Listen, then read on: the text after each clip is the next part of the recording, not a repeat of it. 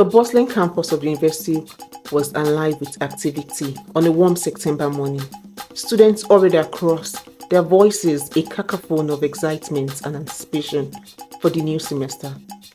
Amidst this chaos, Dayo Adeyemi, a final year student of Petroleum Engineering, found himself running late for his first class of the day. Dayo had always been a punctual student known for his dedication and sharp intellect, but today, fate had other plans. His alarm had failed to go off, leaving him scrambling to prepare in record time. As he rushed out of his room in the off-campus apartment he lived, his mind was so focused on reaching his lecture hall that he almost didn't notice the young woman standing at the corner, a look of confusion etched on her face as she studied the campus map. Excuse me, she called out, her voice barely audible over the crowd's din. Could you help me, please? His first instinct was to keep running. It was already 10 minutes late, and Professor Okonkwo was notorious for locking latecomers out of his classes. But something about the woman's voice made him pause. He turned to face her, and in that instant, his world shifted on its axis. She was beautiful. Not in the conventional magazine cover way, but in a manner that was uniquely captivating. Her deep brown eyes sparkled with intelligence and a hint of mischief, while her full lips curved into a sheepish smile. She wore a simple yellow sundress that complemented her smooth cocoa-colored skin, and her hair was styled in a neat box braid that framed her heart-shaped face. "I'm sorry to bother you," she said, gesturing to the map in her hands. "I am new here, and I can't seem to find the Faculty of Arts building. Could you please point me in the right direction?" Dayo blinked momentarily, forgetting about his own urgency. Sure, he stammered, moving closer. As he did, he caught the fragrance of her perfume, a light floral scent. The Faculty of Art is actually on the other side of campus. It is a bit of a walk from here. The woman's face fell. "Oh no," she sighed. "I am already late for my first class. I guess I'll have to run." Before he could think better of it, Dayo heard himself say, "I am headed that way. I could give you a ride if you like." Her eyes widened in surprise. "Really? That would be amazing. But aren't you late for something too? You seem to be in quite a hurry." Dayo glanced at his watch and blinked. He was now 15 minutes late for his class. Professor Okonkwo would not allow him now. But as he looked back at the woman's hopeful expression, he found that he really didn't mind. "Don't worry about it," he said with a smile. "My class can wait. I am Dayo, by the way." "Tiara," she replied, returning his smile with that made his heart skip. "Thank you so much, Dayo. You're a lifesaver." As they walked into the student parking lot where Dayo's well-maintained car was parked, they fell into easy conversation. Tiara explained that she was a fresher and had never been to Lagos. "It is a big change," she admitted as they got into the car. "Lagos is so much more intense than Abuja." "I am in my final year of Petroleum Engineering," he explained. "My father wanted me to join his oil servicing company after graduation, but I'm not sure that is what I want." "What do you want?" Tiara asked, her voice soft and genuinely interested. Dayo paused, realizing that no one had ever really asked him that question. "I think I want to start my own company," he said slowly. "Something innovative, maybe in renewable energy. But that's just a dream for now." "Dreams are important," Tiara said, her eyes shining. "They push us to be what we want to be and to achieve greater things." As they pulled up in the front of Faculty of Arts, Dayo felt a strange reluctance to end their conversation. "Well, here we are," he said, trying to keep disappointment out of his voice. Tiara unbuckled her silk belt, but he didn't get out of the car. "Thank you very much, Dayo," she said, turning to face him. "I don't know what I would have done without your help." "It is my pleasure," Dayo replied, meaning every word. There was a moment of silence, filled with unspoken possibilities. Then Tiara reached into her bag and pulled out a pen and a scrap of paper. She quickly scribbled something down and handed it to Dayo. "My number," she explained with a shy smile, "in case you ever want to, I don't know, maybe grab a coffee or a pie or something." To thank you properly for your kindness today. Dayo took the paper, his finger brushing against hers for a brief electrifying moment. "I like that," he said, unable to keep the grin off his face. As he watched Tiara hurry into the building, Dayo sat in his car, the piece of paper with a number in his hand, clutched like a precious treasure. He knew he had missed an important class, but somehow he couldn't bring himself to regret it. Something told him that this encounter was the beginning of something extraordinary.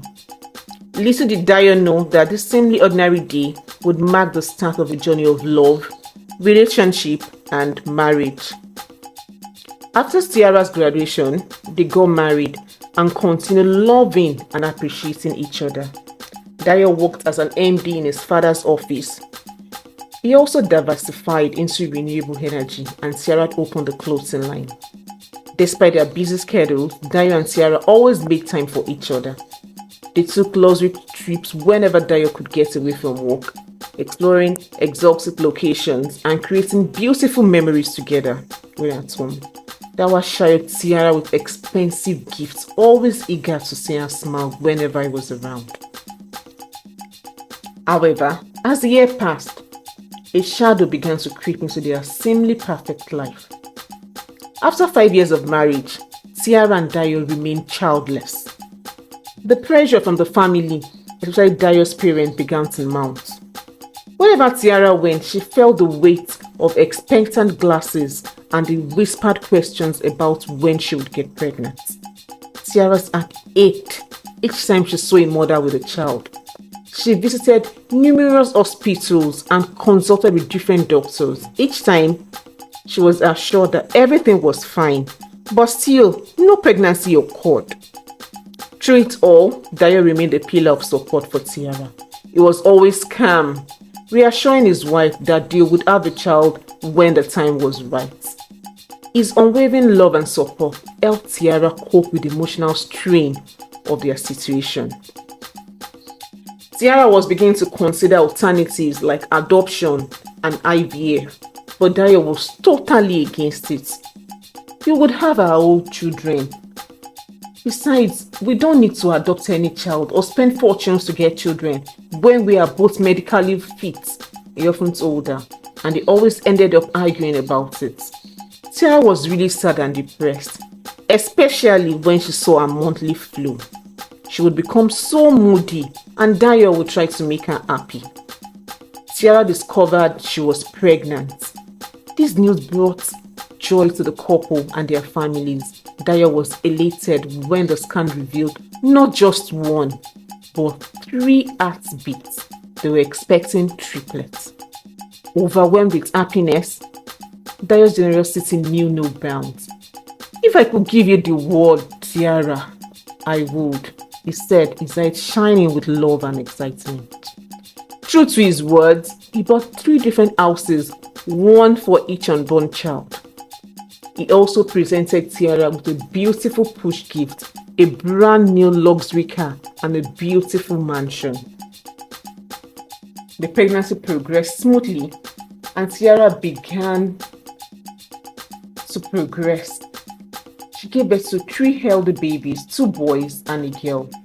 Dayo was by her side throughout the delivery, his heart swelling with pride and love as he held his children for the first time. As the triplets grew, Dayo's devotion to his family only increased. By the time the children turned 1, each child had their own investment portfolio, set up by their forward-thinking father. Tiara was indeed the envy of her friends, living what seemed to be a perfect life with a loving husband and beautiful children. One day, Dayo attended a family function where he encountered Shegun, a friend who worked as a doctor. Shegun approached Dayo with a concerned look. "Dayo, why didn't you return my calls or reply to my messages? I told your wife I needed to see you." Dayo apologized, remembering that Tiara had mentioned Shegun's attempt to contact him on different occasions. He was always too occupied to create time or respond to his messages or even visits. He had managed to go for a medical test once just to satisfy Tiara when she was in one of her moods. Tiara insisted that they go for a medical test, but he often responded that he was fine. He once asked his wife what she was trying to insinuate.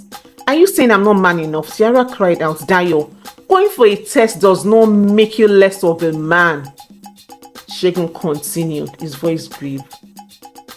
There was a very serious issue I wanted to discuss with you. The last time you came to the hospital, your test results showed you had a very low sperm count, and the few sperm you have are even too weak to fertilize egg. Dayo felt as if the ground had disappeared from beneath his feet. What? Well, that is impossible, he stammered. I am a proud father of triplets who are turning 3 next week. Segun shook his head sadly. That is medically impossible given your condition. You might want to repeat the test somewhere else to confirm. Dayo's world began to crumble around him. He rushed home, his mind a whirlwind of confusion and disbelief. As he entered their house, his children ran to hug him as usual. He embraced them, tears welling in his eyes as he looked at their innocent faces. Could it be true? Were these children whom he had loved more than life itself not biologically his? Tiara came to welcome him, but stopped short when she saw his expression. Dayo, are you alright? She asked, concern evident in her voice. I'm not feeling well, Dayo managed to say, avoiding her gaze. He remained in his room that day. The following day, still reeling from the shock, Dayo visited the best hospitals in Lagos to repeat the test. The results confirmed what Segun had told him. He had a non-obstructive azomepemia, which was untreatable after being examined. Devastated and confused, Dayo couldn't bring himself to comfort Tiara immediately. He told her he was going on a business trip, but instead checked into a nearby hotel. For 3 days, he stayed there and switched off his phone, grappling with the impression of what he had just learned. Meanwhile, Tiara became increasingly worried. When she couldn't reach her husband, she contacted his friends and family, almost filing for a missing person report. After some days, Dayo finally reached out to his friend Tosin, who had been equally concerned. Tosin came to the hotel and found Dayo looking unkept and distressed. Dayo confided in his friend, pouring out the whole story. Tosin listened patiently, then advised Dayo to confront Tiara. There must be an explanation, he said. You need to talk to her. Guarding his courage, Dayo returned home and apologized to his family for his sudden disappearance. 3 days later, he invited Tiara to a beautiful restaurant for dinner, determined to uncover the truth. As they sat at the candlelit table, Tiara looked stunning as always. Dayo's heart was heavy with the weight of what he had just discovered. He handed a beautiful wrapped gift to Tiara. Tiara smiled and said, You never fail to surprise me, dear husband. But she stopped smiling when she saw its content. With trembling hands, Tiara unwrapped it. She found the result of Dayo's medical tests and a DNA test he had secretly conducted on the children. Tiara's face crumbled as she realized what she was looking at. She began to cry, begging Dayo to let her explain. But Dayo interrupted her. And in anger and pain, he asked, Who is the father of our children? How long have you been having an affair? Making a fool of me. I trusted you, Tiara. I loved you. You were my world. I could have given you my life if the need arises. Tiara's tears flowed freely. She tried to compose herself enough to speak. Dayo, please. It is not what you think. She managed to say between sobs. I had never had an affair with anyone. I had never given my body to any man but to you. Then what is this? Dayo demanded, his voice a mixture of anger and pain. Explain to me. We have 3 children and I can't father any. Tiara took a deep breath, struggling to find the right word. I tried to tell you, but you didn't listen. Everyone thought I had a problem. Dayo's brow furrowed. What are you talking about? He never followed me for any medical test except once, Tiara explained, her voice trembling. I begged us to return to Dr. Shegun after we went for the first test. But he felt you were only doing me a favor the first time you went. He kept telling me all would be well and I should check myself. After I went to get my results from Dr. Shegun, he managed to tell me what was wrong, but I could not even bring myself to tell you. So I made this decision. The memory of those conversations came flooding back to Dayo. He had been so confident in his own fertility that he had dismissed Tiara's concerns. I had to. I didn't want to. Had to what? Dayo pressed. I went to a sperm donor. Dayo felt as if he had been stopped. You did what? Without consulting me? Why did you feel you were doing me a favor? Tiara reached for his hand, but Dayo pulled away. I was desperate, Dayo. I couldn't bear the thought of disappointing you, of not giving you the family you wanted. Should I be happy you didn't tell me before taking this decision? Dayo's voice was cold. And how does that justify what you did, Tiara Olua? No, Tiara replied, shaking. It doesn't justify, but please, Dayo, forgive me. Dayo looked at her, and with tears in his eyes, he said, this is goodbye. You hear from my lawyers, Tiara Olua. With that, Dayo stood up and walked out of the restaurant, leaving Tiara crying at the table, her world crumbling around her. The following day, overwhelmed with guilt and fear, Tiara went to see her mother-in-law. Through tears, she explained everything that had happened. What have you done, Tiara Olua? Her in-laws exclaimed in shock. I'm sorry, Mama. Tiara cried, her voice barely enough. I just wanted to protect my home. Dayo was always busy. I needed companion. I wanted a child so badly. We always ended up fighting each time I brought up the issue of him going for a medical test or even adoption. He said he was fine and a complete man. Why didn't you come to us? Dayo's father asked, his voice stern but not unkind. This is the betrayal. You going to a sperm donor does not make it less of a betrayal. You've hurt your husband, Tiara. Tiara looked down ashamed and with tears dropping. I didn't come to you because I thought you wouldn't believe me. You think I was only making it up to cover for my own inability to conceive. So I made the decision without thinking about the consequences. Realizing the gravity of the situation, Dayo's parents sent for their son. When Dayo arrived, his father asked him a pointed question. What do you want, son? Dayo, his face the marks of pain and confusion, remained silent. His father continued. If you divorce your wife and remarry, you are still stuck with the same problem. Yes, she was wrong. But please, look beyond her mistakes. As Dayo listened to his father's words, a whirlwind of emotions swelled within him.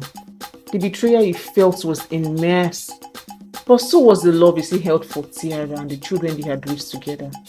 Dayo's mother added her voice gentle. Those children are innocent in all this. They are as much as yours as if they came from your own body. You've raised them. You've loved them. Can you walk away from that? Besides, no one is coming to claim them tomorrow. For the first time since the revelation, Dayo allowed himself to really think about the children, their laughter, their first steps, the way they looked at him with pure love and trust. Could he really turn his back on them now? As for Tiara, despite the betrayal he felt, Dayo couldn't deny the love they had shared over the years. Tiara, who had been silent all through, finally spoke. Dayo, I know I hurt you deeply, and I regret it. But please, for the sake of everything we shared, don't punish our children for my mistakes, please. Dayo looked at Tiara for the first time since that incident. The same love that he had for her, and he looked in her eyes. I need time, Dayo said finally. This isn't something I can just get over immediately. You really hurt me. I need time to heal, but I'm willing to try for our family." Tears of relief and hope streamed down from Tiara's face. Dayo's parents nodded approvingly. For days, Dayo grappled with his feelings, torn between his sense of betrayal and his enduring love for his family. He spent long hours weighing his decisions. Finally, he remembered the joy of the past years, the laughter of his children, and the love he has once shared with Tiara. One evening, as he watched the sun set over the ocean, Dayo came to realization. The children, regardless of their biological origin, were his in every way that mattered. He had loved them from the moment they were born. He had watched them take their first step, had heard their first words. They were his children, and nothing could change that. As for Tiara, despite her deception, Dayo knew in his heart that she had acted out of love and desperation, not malice. The years they had spent together, the joys they had shared, the challenges they had overcome, all of it was real. With a heavy heart but a clear mind, Dayo returned home. He found Tiara sitting in the darkness of their living room, her eyes red from crying. "Tiara," he said softly, causing her to look up in surprise. "We really need to talk." As they sat down together, Dayo took a deep breath. "What you did was wrong. You betrayed me." His voice was firm. "You should have been honest with me from the start. But I will try to understand what you did later." Tiara listened, hardly daring to breathe, as Dayo continued. "Those past few days have been the hardest of my life. But they also made me realize something. Those children, our children, are the greatest gift I have ever received. And you, Tiara, you are the love of my life. I don't want to lose this family. I don't want to lose what we've built over the years." Tears streamed down for Tiara's face as Dayo spoke. "Can you ever forgive me?" she whispered. Dayo reached out and took her hand. "It won't be easy. It will take time. But yes, I think I can forgive you. We need to work on rebuilding our trust and make our communication better. And I'm willing to try if you are also willing." Tiara nodded eagerly, hope blossoming in her heart. "I'll do anything. I love you so much." As they embraced, both crying now, they knew that the road ahead would be challenging, but they also knew that their love, tested by this ordeal, had emerged stronger. Together, they will face anything. It will be a long journey of healing, rebuilding, trust, and redefining their family. But they knew that their love was strong enough to weather the storm. Their family, unconventional as it may be, was worth fighting for. Thank you.